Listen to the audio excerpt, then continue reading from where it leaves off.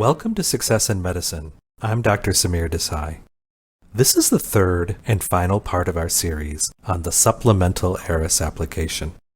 And in this episode, we will be talking about the preference signaling section of the application. In previous episodes, we spoke about how to complete the two other sections, namely the past experiences and geographic information. The ERAS supplemental application is a new component of the residency application for applicants participating in the 2021 to 2022 match. As a reminder, only programs in preliminary and categorical internal medicine, categorical general surgery, and dermatology are participating in the supplemental application. So what is preference signaling? With preference signaling, you can indicate your interest in a residency program at the time of your application. Preference signaling is new to internal medicine, general surgery, and dermatology, but is not entirely new in the residency selection process. In fact, it was piloted last year by otolaryngology residency programs. It was viewed positively, and for that reason, was adopted this year as a pilot program for these other specialties. In case you're worried about taking part in preference signaling, let me share the words of Dr. Sonia Malekzadeh, Program Director of the Georgetown Otolaryngology Residency Program, and I quote, "The initiative is meant to be applicant-friendly. It's an opportunity for students to reach out to specific programs where they have special interest, whether it's geographic or other reason. By raising a hand and saying, 'Look at me,' it draws attention to their application." Is this something you should do? The answer is 100% yes. Let's talk about why you should absolutely do this. In the 2021 Program Director Survey, the NRMP asked programs to identify the factors they use to make interview decisions. One factor they inquired about was the applicant's perceived interest in the program.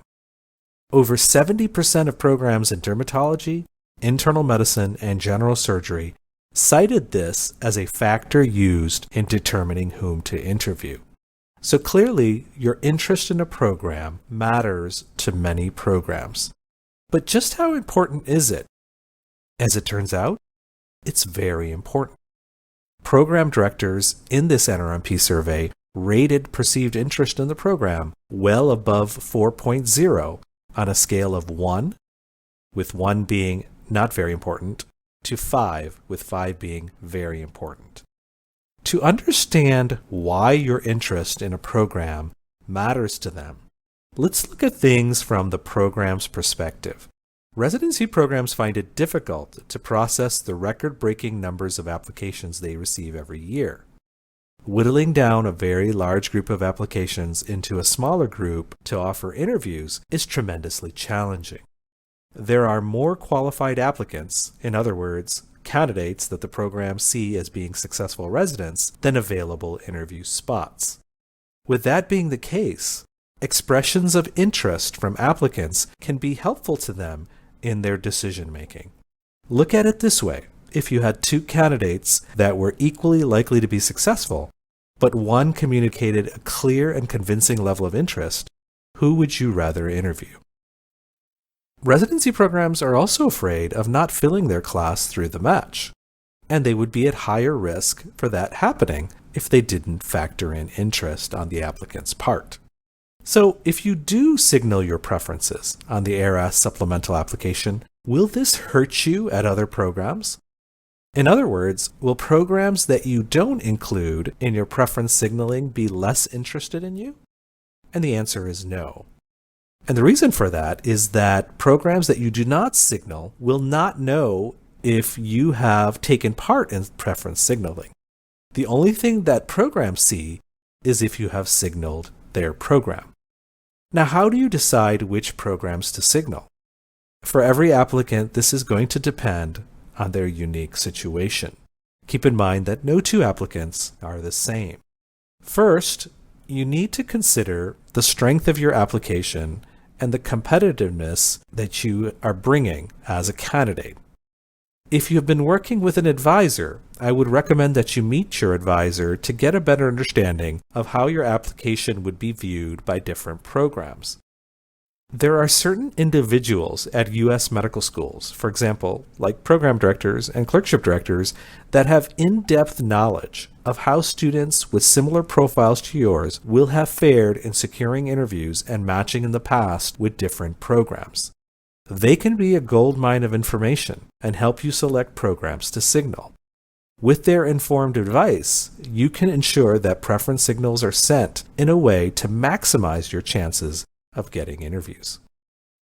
Beyond considerations of the strength of your application and your competitiveness as a candidate, you also have to factor in your career goals. And your career goals do matter. So if you know the direction you want to take your career, that should be factored into your decision making. Let's say, for example, that you want to make teaching a major part of your career. If that's the case, you may wish to signal programs that have special teaching programs as part of their residency curricula. Mission and fit are also considerations. Every program has a mission, and they look for applicants who are aligned with this mission.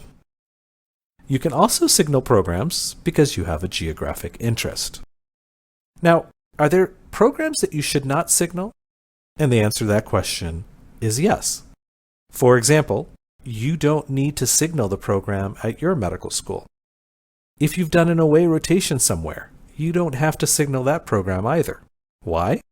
Because you've already shown your interest in that program by being their student.